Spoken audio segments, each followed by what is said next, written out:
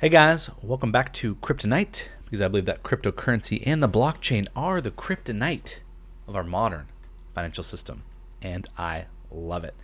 Guys, I'm not going to lie, I am not in great spirits today. You might be able to hear it in my voice. I've been working nonstop for the last couple weeks. Basically, long story short, I essentially leveraged myself in the crypto market, not unlike many people have done, not unlike many exchanges have done, that have literally gone under because they were so leveraged and they had exposure to things like Terra Luna that collapsed, and so they were not able to pay back their collateral, and then they basically have to file for bankruptcy. We've seen a lot of this happen to a lot of exchanges where they've almost been too bullish to where they took too much risk with taking loans against their crypto. I essentially did this in a different way. What I did was I got credit cards that had 0 APR for 15 months, which is a little over a year, and I put all my expenses on those credit cards so I could have that liquid cash, and then I used that liquid cash and I invested it into the crypto market. However, I had exposure to Terra Luna. Bye-bye to that money. I had exposure to STEPN. Bye-bye that money. I did not get much money back from that. I have exposure to, Bitcoin, Ethereum, all the altcoins. As we know, those are all in the gutter. So we're coming up on those 15 months are almost up. And all that money I used is either gone from those crashes. I also my wallet was hacked a while ago. I lost $15,000 worth of crypto in a wallet hack. I also had another wallet, some NFTs stolen. And I lost a lot of money leverage day trading for a while. I don't lose. I pretty much am a break-even trader at this point. I'm going to be real honest with you guys. I'm not going to sugarcoat it. I'm in profit right now on one of my accounts that I mainly trade NASDAQ and US 30. My Bitcoin, though, I go up and then I go down and then I go up and then I go down. I just break even. So I'm kind of still in the learning process of, I'm not losing massive amounts of money that I was before. Now I'm breaking even, so there's progress there. So I'm continuing to learn, continuing to grow. So at least I'm a break-even trader at this point. I'll take it. But basically, those, I'm not paying any interest on any of that leverage that I used, essentially. But in a few months' time, by February, if these cards are not paid off, then I will start paying interest. And that to me is a nightmare, because those credit cards, they charge, upwards of 20% interest and higher. It's very insane, their interest levels.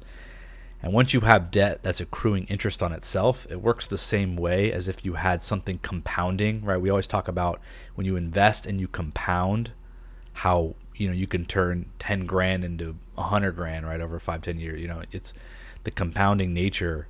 However, it can work the opposite way, where you can compound your debt, and you have more debt, and then now the interest rate is a percentage of your new debt, which then is higher, and then now you have new debt, and then again, so it compounds negatively. So I'm literally working day and night. In fact, here we go. Here's another little batch that popped up. I might go take it here to make some more money. Let me see real quick. I might have to I might have to pause this real quick. This is a good one. Nah, it's a bad one. So it's unfortunate, guys. I would love it if trading was able to get me by. You know what I mean? That's the dream. But trading is really, really freaking hard and requires a lot of work and a lot of patience. And I have just not been able to devote the time to it that I would need to, because I'm having to work, over full time with jobs I can do to pay back this leverage that I'm in the crypto market. So it freaking, honestly, it sucks. I'm not even going to sugarcoat it, guys. We're in a bear market in the markets, and I think right now I'm experiencing a bear market of my own personal life, where it's just bad. It's just, and it's kind of no surprise too, with all my money being wrapped up into crypto. Hold on, we have another order. I'm gonna see if it's if it's a decent one. Nah, that's crazy. So yeah, not only is the crypto and assets in a bear market, my life's in a bear market. I'm just gonna be honest, man. It's been rough. So thank you for listening. If you're out there and you have investments in the crypto market or any market, really, everything is pretty much down, down, down. We know what the Fed is doing. They're killing asset classes. So it's been very, very rough. And everything's more expensive now too. You know what I mean? So now, you're paying more for rent. You're paying more for all sorts of things. So I'm literally saving every penny I can. I'm literally the cheapest person you'll ever meet, because I'm just need to get out of this debt by February, or else that debt compounds. And so I'm trying to avoid that. So if I'm not able to create content as often as I would like, that's pretty much the reason. I'm kind of, when I have the energy and the time, I will make these videos. If I don't, then I don't. So if you could smash up that like button, hit subscribe, super, super appreciative. I'd love to be able to do more things like this, as opposed to things I'm having to do now to make ends meet. So hopefully we've hit the Bitcoin bottom here, which I'm showing you guys on the monthly chart. Because if we can hit the bottom soon and we can start going up, maybe by January, February, I'm in some profit, so I could take a little profit and use that to pay down some of these debts, right? But the bear markets can take a long time. From what I haven't experienced one myself per se, but everyone I listen to who has, it's we may have bottomed, but it's going to take a while. And here, look, perfect example, right? So let's take a look at the monthly chart here. And let's look at, okay, we got a bear market right here.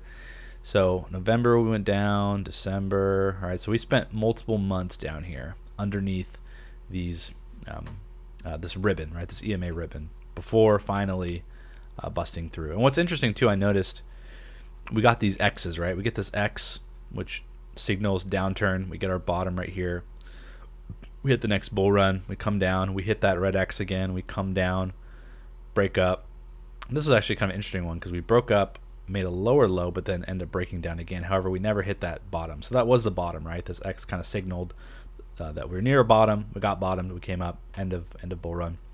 This one was like a little weird one. This was kind of like the COVID crash thing. That was kind of an anomaly, you could say, because it was just a huge crash because there was a pandemic. You know what I mean? It was something that wasn't normal. So got our next bull run. Now, as you can see, we did get our X, and we have significant downside, and we're also underneath our EMA ribbon. And probably the most we've been under here, we were under for a bit. We stayed pretty close. Here you can tell there's a nice gap in between these moving averages. So we're definitely doing things that we've never done before. And that could be good, could be bad. I know, history doesn't repeat, but it rhymes. So the good news, though, if we look at our sort of parabolic trend line, is that we are pretty near the bottom. And according to this, and I actually drew this about a week ago, if you want to watch my previous videos, I decided to leave it on here just to see if it would play out. So I've been saying in a lot of my recent videos, I do think the bottom is not in. I was predicting even potentially as low as 14,000, but if we look here, I don't think we will get that. I do think we'll break down kind of where this blue line is, so maybe we'll bottom around maybe October to November, right? So maybe in the next couple months here, we finally hit our bottom, make contact with this trend line, and then, like all the other times in history, start to make our ascent. Now this one, obviously we came up, right, but we came back down, so it's not going to be a straight up process. I wish it was, but as you can see, as we're in this falling channel, you can even call it a wedge based on it breaking off here, and we are trading kind of at the bottom of it. And I did just put in a long position on Bitcoin, mainly because we had a few confluences. Now I haven't traded very often, and my trades haven't been very good just because I haven't really been able to do kind of the research that I normally would do, watching different YouTubers and being on the charts myself. I just haven't really had the time. I've just been working full time to make ends meet there, like I mentioned. So let's jump down. I know what you're wondering, why are these weird candles, right? So I use it's called RSI candles, RSI bars, and they kind of help me determine whether or not it's like an extra confluence, basically. If the momentum is down, then they kind of stay that color, so I know kind of where's the momentum really at, right? So as you can see, we kind of switched momentum here earlier in the weekly, and we've been down ever since. We made little comebacks here and there, but if you held a short position this whole time on these candles, you'd be doing pretty dang good. So as you can see right now, we're trading right at this resistance level here, which represents some previous resistance, now kind of turning into support. We got support from it right here, and now we are down at it again. I did think, I thought we were actually a little closer to our, well, let's take a look down on the shorter time frames, because I did think that we were down a little bit closer to our falling wedge, but now that I'm seeing it, this depends on how you draw it, really. So you draw it like this. Oh man, okay, well, you know what, maybe my long position wasn't such a good idea. I think I had things drawn differently to where this resistance line was actually closer here, and so I actually thought I had 3 supports. I thought I had this previous trend support from this broadening wedge. I had previous horizontal support from our previous touch right here, and our previous resistances. And I did think that I had the wedge, but I did kind of redraw it as I was kind of messing around with things, and I wonder if it's now kind of in a different spot from where I initially had drawn it. I guess if you do it like that, kind of depends on where you draw this one.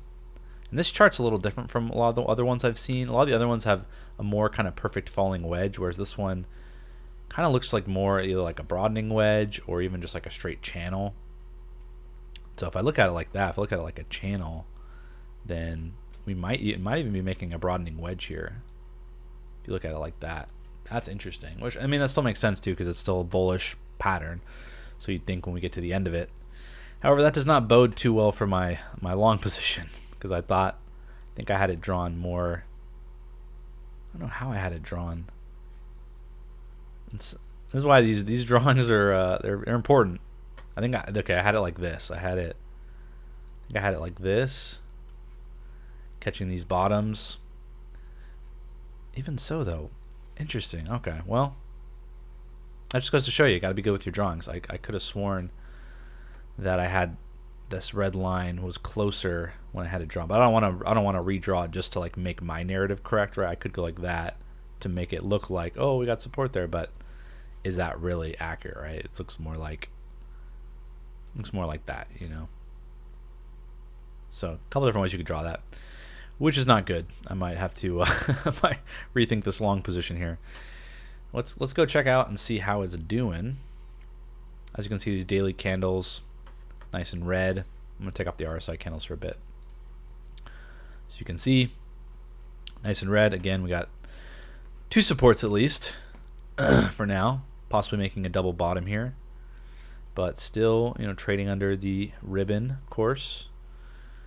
I thought we were going to come back and retest our previous kind of chunk of resistance and support, but we have not, but maybe we'll do that soon. So we could potentially break even farther down to the bottom of this sort of broadening wedge now when I'm seeing it. I feel like every time I look at it, I see something different. It's like looking at the clouds and sort of seeing a different picture every time.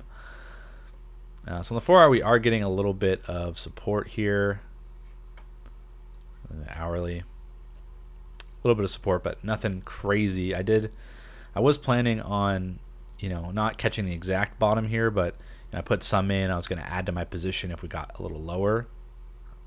But now that I've moved my longer term resistance that I kind of thought was more there, I'm definitely going to be rethinking this position. Oops, good thing I did this video. So as you can see, this might just be another little bear flag going on. Nothing too special. I think I got in. Oh, sorry guys. Can't remember. I don't think this is exact where I got in. I just kind of threw this up on there. But yeah, looking very, very weak. Yeah, I don't know if this has much strength in it. Let's do a couple little quick TA here. Want to go there? Could do that. Looks a little weird. This is kind of how it is for now. Not really clear, this pattern. It's a little, you got a nice little uptrend here that's kind of forming, but not a lot of touch points here for this. Kind of almost more looks like something like that. Regardless, I mean, same thing. Looks just kind of like a bearish wedge. So I would probably expect some more continuation of this. At least, maybe another breakdown a little lower, hitting this horizontal here, maybe making a little double bottom, Wing out. That's potential. Or I was totally wrong, and we're gonna, technically, if this does end up turning to bear flag, right, we can go like that, and we can extend that. Oh, we can extend that guy out, and we've got some scary price targets. 18,000. Would not be surprised to see that, just considering our bigger long-term trend support is there. Another kind of confluence that is not good. Sorry to be the bearer of bad news here, folks. Is we did get a bounce here off the 786, which isn't a super strong retracement level. Usually, I guess the benefit of that is if we did bounce off the 786, we might actually just end up bouncing around in here a little bit, which would be great. That'd be great. That would mean Bitcoin's kind of finding support, and then maybe come back up to retest. At least even if it, a lot of times you see these patterns, right? Maybe it might come up halfway, and might not have the strength to get all the way back up, and then collapse down, right? So if a pattern isn't able to finish, then that's a good indication that it's moving the opposite direction. So I wouldn't be surprised. Maybe we kind of bounce around at these levels, come up, make one kind of more push. Maybe get rejected right here at the 382 would be kind of probably a perfect scenario. Probably come like this, come up, might even make maybe make a double bottom, maybe not. Right, kind of work our way back up, kind of get people a little bullish again. Hit the 382. People are thinking, oh, it's going to come back to this trend line. It's going to break out and be bullish. And then, nice 382 rejection. And then down further. Because, look at this is where I drew a long time ago, right? So we could come up, come all the way down, touching as low as, the 17,600. Then maybe another push up. Then maybe get rejected, retest this as resistance, then come down again, and maybe we're at lows of like 16,000, and then we're at multiple. Then we have our real long-term support right here, which that could be the turning point finally, and then we finally ride this along here and then break up, and then we're finally out of the bear market. But that could be a while, guys. That could be October, November. So, if we're lucky, if I'm lucky, gosh, maybe by December, we've fully bottomed, get some support here, and then finally kind of continue the cycles, really. That's the cycles are, we should bottom in November. So, history doesn't repeat, but it does rhyme. So I am kind of expecting, based on these patterns too, it kind of makes sense. We got this falling wedge that we haven't got to the end yet. We've got this longer term support that we haven't got to yet. So it kind of just makes sense for us to go lower, just from a TA standpoint, not even a fundamental level. And the fundamental level is obviously clearly we're going lower, but just from a TA standpoint, come down, maybe another rally, down, another rally, bam. So we could be here for a little while, a couple more months, guys, hanging out down here, making lower targets, fake people bullish, then come back down, and then consolidate. We'll see. I'll leave this drawing up so that way if it does happen, we'll see if I was right. And then hopefully by then, bear market over, and then hopefully the bear market of my life is over, because then, my holdings go up. I get rid of my leverage. I'm unleveraged, free of leverage, and everything's pure profit at that point. And then, hopefully I'm just at a better place in my own life. And then, of course, you know what? Once Bitcoin goes up, then all, the views of the channel will go up, right? Because everyone will be searching crypto and Bitcoin on the internet again, which they aren't right now. And then, hey, maybe my channel will finally benefit from that. So, oh man, yeah, it's trying to keep my humor alive during this rough time in my life. But like, it's bad, guys. I'm eating like such. I'm like a nutrition guy, and I have literally a nutrition YouTube channel, and I'm literally doing the opposite of what I tell people to do on my channel, because I'm like trying to save every dime. So I'm like rice and beans, or like ice cream, because it's like super cheap and really high in calories. Like, that's kind of like my diet right now. It's pretty terrible, guys. Not gonna lie. Wouldn't suggest, if you got the money, don't do it. I'm trying to get out of debt as fast as humanly possible, so I'm making a lot of sacrifices. I'll tell you that right now. It's brutal, but just like this bear market. Bear market, Tim's life. Tim's life right here. Woo! But hopefully, Tim's life will consolidate around these levels, and then Tim's life will then improve, and then we'll go even higher, right? Because what doesn't kill us makes us stronger, So this bear market is going to strengthen all of us who are, bear market lives right now. We got a little bit lower to go, right? We haven't got to the dawn yet, or dusk yet, before it's time. So sit tight, relax. We got more to go. So just keep accumulating. I'm saving some powder to, probably buy. Well, let's see what levels I'll buy at. Yeah,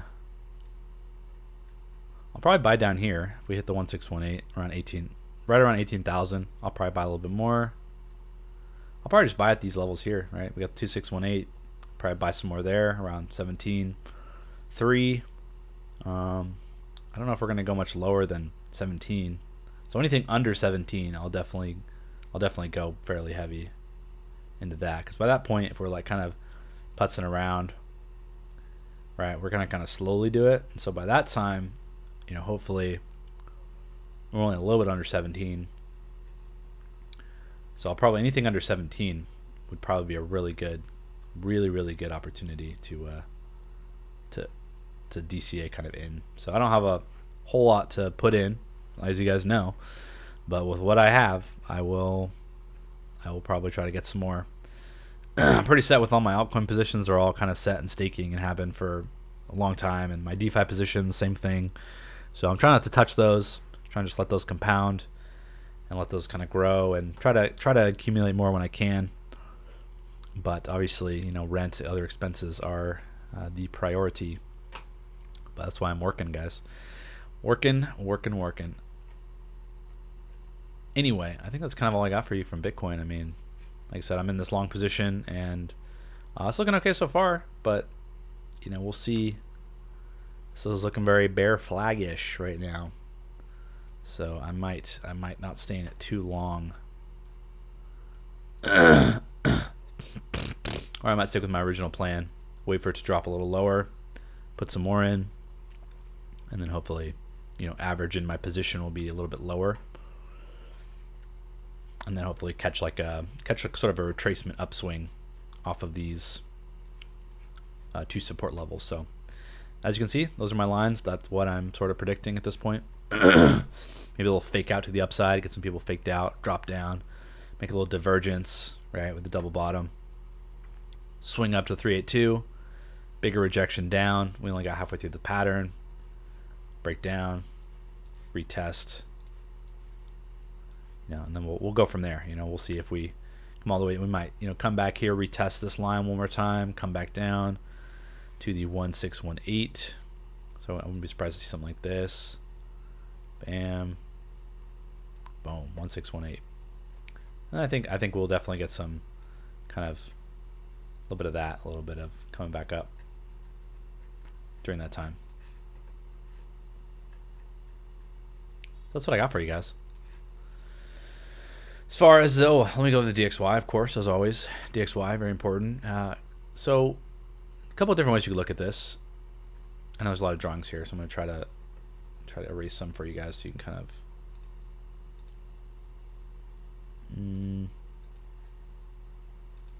add these trend lines. Okay. So as you can see, I know it's not super clear. And I got the 618 right here because we essentially are still in this uptrend. And we actually dropped down to the 0.5, right? We came past the 618. We double bottomed here at the 0.5, and now we're coming back up.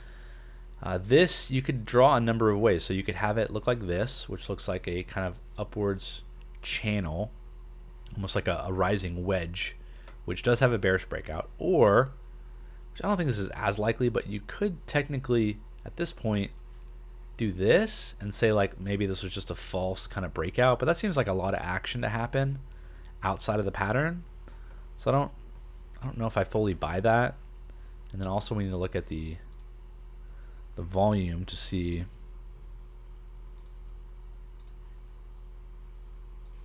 I guess you can't really get volume analysis per se on the dollar. Kind of makes sense.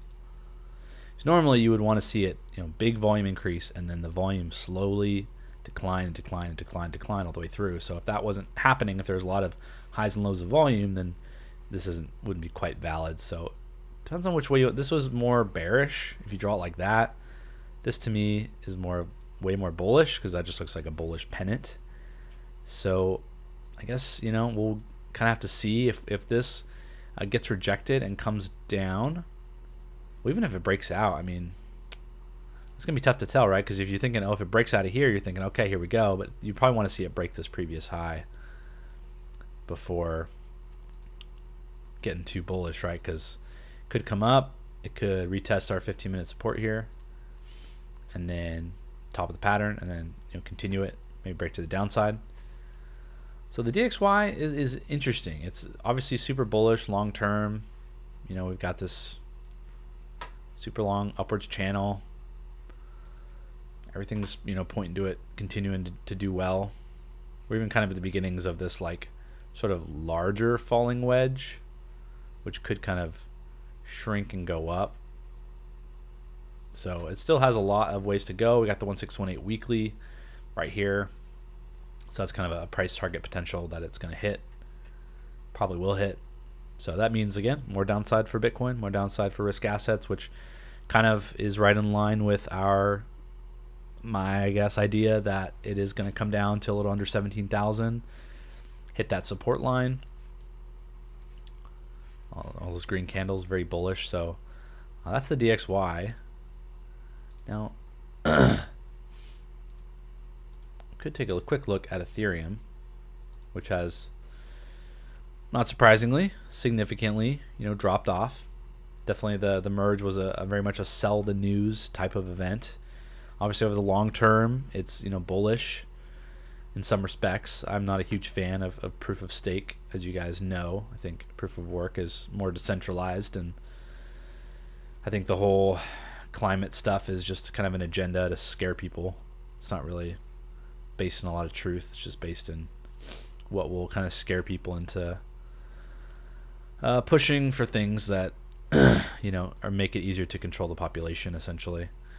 So yeah, that's Ethereum. We had a nice bullish pattern brewing, but fortunately we can just kind of erase that now because that ain't happening. Nope. Bummer too. That would have been a big one, but still bullish, on ETH. Still got my ETH, still hold my ETH.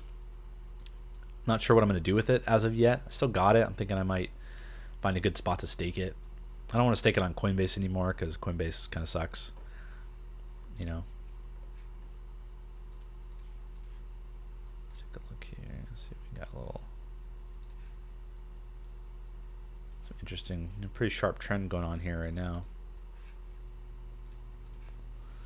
Not surprising. Usually Ethereum, is going to have more, bigger declines than Bitcoin will, right? When ETH falls, it's going to fall like this, as opposed to, what Bitcoin does. Oof. I don't think you could still say that Head and Shoulders pattern is valid, because it seems like it was so long ago that we kind of had this kind of pattern. It came down, but I would still say it's valid, because you do have these, even though it kind of created, you still had kind of this retracement up, but you still, we broke below. We're looking very bearish, so I wouldn't be surprised to see us hit 1,000 again, based on what we're seeing Bitcoin's going to do, what we're seeing the DXY doing. Would not be surprised to see that at all. Yeah, so don't have good news for you guys. I'm sorry to bring you down, but you just gotta stay strong. Do what you can do to make money right now. Whatever you got to do it, and then you can accumulate more during this time, and you can pay off your bills and such, and just keep waiting, man. We're in the trenches. If you're watching this video, then you're deep in crypto. If you're watching some kid with 45 subscribers on YouTube, then you're deep into crypto, and you're in the thickets of the freaking. We're literally we're in the foxholes. It's freaking like 1944, where it's the snow, like we're surrounded, like it's bad. You know what I mean? Like we're in the trenches together. You know what I mean? Whoever's left, we're cut off from our reinforcements.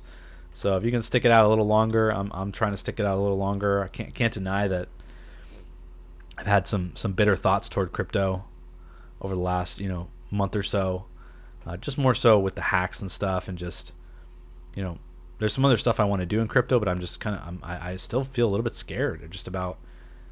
I've been hacked twice, so I'm like, gosh, like how, I would love to take what I have right now and put it into some DeFi stable coins to get a yield before I got to pay off these cards. But what if I get hacked, right? I've been hacked twice already. Like, I cannot afford to have that money, be hacked. Like I have to be uber safe with that money, because those cards have to get paid off.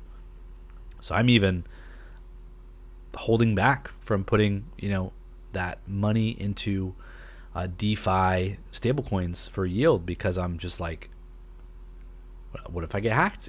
Like you interact with one bad, website that looks legit, looks like the website you always use. You connect to it.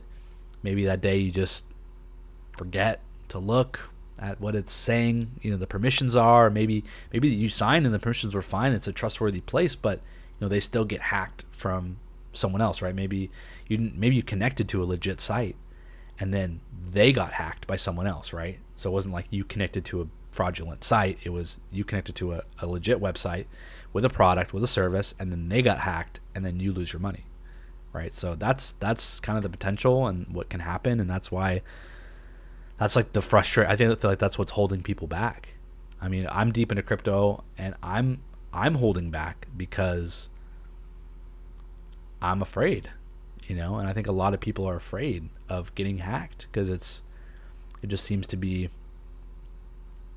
very difficult to find, a place that's 100% foolproof. You know what I mean? Like, that's until that changes, until there's more security that's offered in terms of, either your crypto is backed somehow, by the platform, like they're insured to some extent, or they can give you your money back if they are hacked, right? If it's something on their end, until there's more security and more protection, I'm not surprised that we are where we are, and that people aren't FOMOing in. You know what I mean? Like, it hurts to say it, because I think that decentralized finance is super crucial to people controlling their well-being, controlling their money. But until it gets sort of safer to use and more protections, if I'm an average person, like, why would I even hey, maybe I get 7% in a stable coin yield somewhere, but that smart contract gets hacked, bye money, for what, 7% yield, right? Doesn't seem worth it for like the level of risk, potentially. So obviously, the safest thing to do is to buy crypto, put it onto a cold storage wallet, and then just take that offline, right? But of course, then you don't get any. If you hold stable coins, then that's great, but your stable coins they're gonna lose value, right? Because they're pegged to the dollar. Dollar's gonna go down over time. So, although that's like, I guess it depends on your situation. If your situation is, I need to make sure that my bank doesn't block me from my money, then, absolutely buy stable coins, put them onto a cold storage wallet, take it offline, because then, no bank can ever say, oh, we don't have your money. Sorry, it's gone. We, traded it away. Right. So that would be, but then obviously you're not going to get any yield on that. You're not going to get any. So that is like the number one safest way to do it. People in America, we're a little more well off in that, at least for now, we can trust our banks for the most part to actually give us our money back. Other places, crypto is more essential. Even just the idea of buying coins on an exchange, putting them in a cold storage wallet, even that is like a really viable thing for them, because their banks could just cut them out. So maybe I'm probably coming from a place of privilege, because I'm more upset that I can't get yield without risk, whereas other people are like, we're just happy to have control over our money. So I could totally see where someone in another country is like, yo, like, who cares about your yield? Like, you get to have your money and access it whenever you want. And I'm like, okay, fair. That makes sense. I mean, there still is some risk, obviously, with putting it onto an exchange, and these exchanges aren't the most trustworthy places, right? So it's still not completely risk free. So I don't blame somebody in America who's like, well, I'm just going to keep my money in my bank because, it's just, I know I'm guaranteed that money for the most part. So that's kind of what I have to do right now, is like, of course I have my money in my DeFi and I'm leaving that and letting it do its thing. But this money that I'm going to need, to pay off these, deleverage myself, like, I cannot risk a smart contract hack of a platform and that money's gone. Like, I would be devastated. I'd be like, how am I, like, now my debt's going to compound. And now I'm trying to dig out of a hole that's getting deeper as I'm trying to dig out. You know what I mean? So I think that's what's holding people back. A lot more people, I think, would get in on it if there was, unfortunately the hackers have kind of, at this point, have ruined it for a lot of people, sadly. And that's kind of the nature of it. And that's why banks kind of exist in the first place, is to like help protect us. But then, then they don't do a good job. So yeah, just go safe, get your coins onto a cold storage, pull it offline. You have your money. You can access it wherever, whenever, and just forget about getting a yield. Just be happy that you have control of your money. That's pretty much the main use case, I'd say, of cryptocurrency at this point. And of course, that use case will be more important as time goes on, as the dollar gets worse, as our world kind of turns the way it's turning, to where we'll have less control, less ownership. It will become more and more vital to have a cold storage wallet, to have crypto, even not getting a yield, just you have access, right? It's yours. So still definitely a strong use case, just maybe not as much for people in America at this point. And that's going to hold back a lot of money that could go into the markets. And it's kind of a reason why we're in the bear market right now. So anyway, that's sort of my rant, I guess, for the night. Came at the end of the video instead. Like I said, I did take a couple trades that were, full trance. I'll show you these trades I took that were crappy, but if you learn from them, then I guess, something. So two of these right here. So this one, tried to take a short position here because we just got, nice resistance off our pattern, and we had, switched momentum. Unfortunately, though, what I wasn't really accounting for was, the fact that the volume actually decreased on the move up, which isn't a good sign. We also had some divergences. You can even see here we kind of had a, lower high, higher high. So there's, some signs that this wasn't the best time to short. Actually, this hadn't formed yet, I should say. Sorry, it was like more of. So this difference hadn't formed yet. We actually were oversold in stochastic, kind of coming down. I made a lower high, so I thought, okay, we're gonna continue down, but again, we just broke up. And then again, I took this other one, seeing this big bullish candle breaking from this range. I didn't wait for this candle to close though, and so it did close where it had the red, because it did switch to green while it was active, which is what I traded off of. But then when it finished, it switched back to red, and then lost that trade as well. So volume decreasing, no momentum. It was technically against the trend, against the stochastic. At least the second one was. Divergences. So yeah, lost a couple trades there. Pretty disappointing. But again, I'm not really able to dedicate the time I would really need to make better trades. So I've kind of really pulled back a lot of my trades during this time, because I just can't really dedicate the time I would need to really make good trades. So that's just kind of, once I'm out of this leverage position, the grass should be a lot greener. I should be able to have a lot more time. I'll scale back my work quite a bit and only make kind of what I need to get by, to where I can dedicate more time to the charts and to what happened here? Oh, it's just it freaked me out. I need to not have my trend lines be red, because I just was like, oh my gosh, did we just drop while I'm making this video? But no, it's just my lines. I need to switch those up. That freaked me out. But anyway, guys, man, that's all I got for you. As always, make sure to save your money, grow your money, buy some Bitcoin, because we're at these all-time lows. And fiat currency, we all know where that's going. So meme coin, right? See you guys on the next one.